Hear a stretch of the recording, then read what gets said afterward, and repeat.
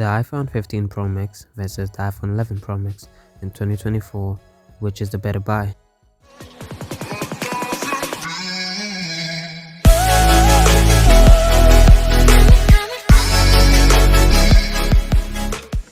Hey guys, so in this video we'll be talking about these key points listed below: specs and specific upgrades, cameras, and my thoughts, and if I would recommend any of these devices.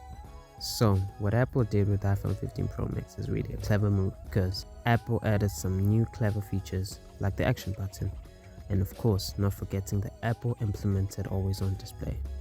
And with Apple now bringing new features that could help the user to navigate its device more easier, it became a win.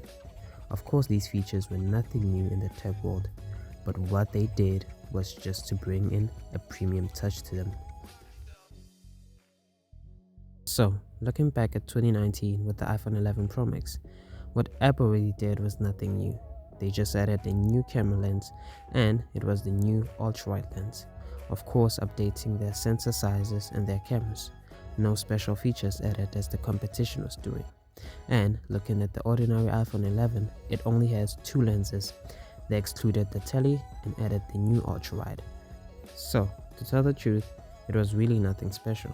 And of course, looking around at what other companies were doing, they were doing the same thing Apple was doing, but even better, adding high megapixel counts to the ultra-wide cameras.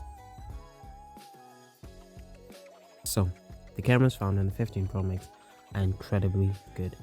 Personally, I'm a big fan of Samsung, but looking at what Apple did here, you'll be very impressed. And looking at what you have in the 15 compared to what they produced with the 11, the jump is massive.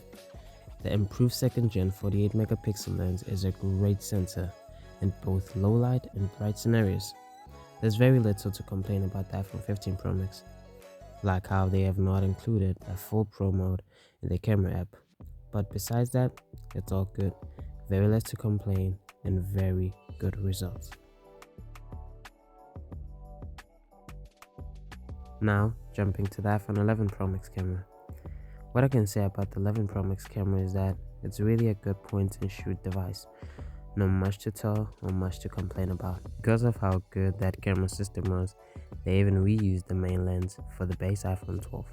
And anyone who's not concerned about professional photography, they won't be disappointed with what they'll be getting, because the iPhone 11 was a great camera and it still is today.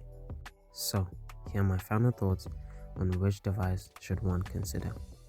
Personally, I feel like the iPhone 11 Pro Max is still a good device, even in 2024, but it has its own disadvantages, like lack of future software updates, its limited hardware, durability, cameras, and its performance, which makes the iPhone 15 Pro Max the better buy for now and in the future, having all you might need from a modern smartphone.